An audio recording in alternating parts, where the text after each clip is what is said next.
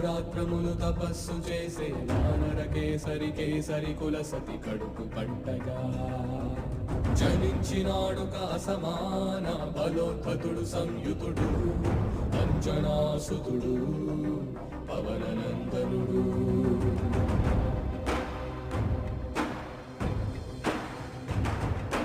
అరుణ కిరణముల ఉదయాత్మి గని అది పండిన తీరని పంటను కొడు సూర్య మండలము పట్టి తినాలని ఊళ్ళూరే. తన దేహం నాటున రవి మరుగై జగము చీకటై పోగా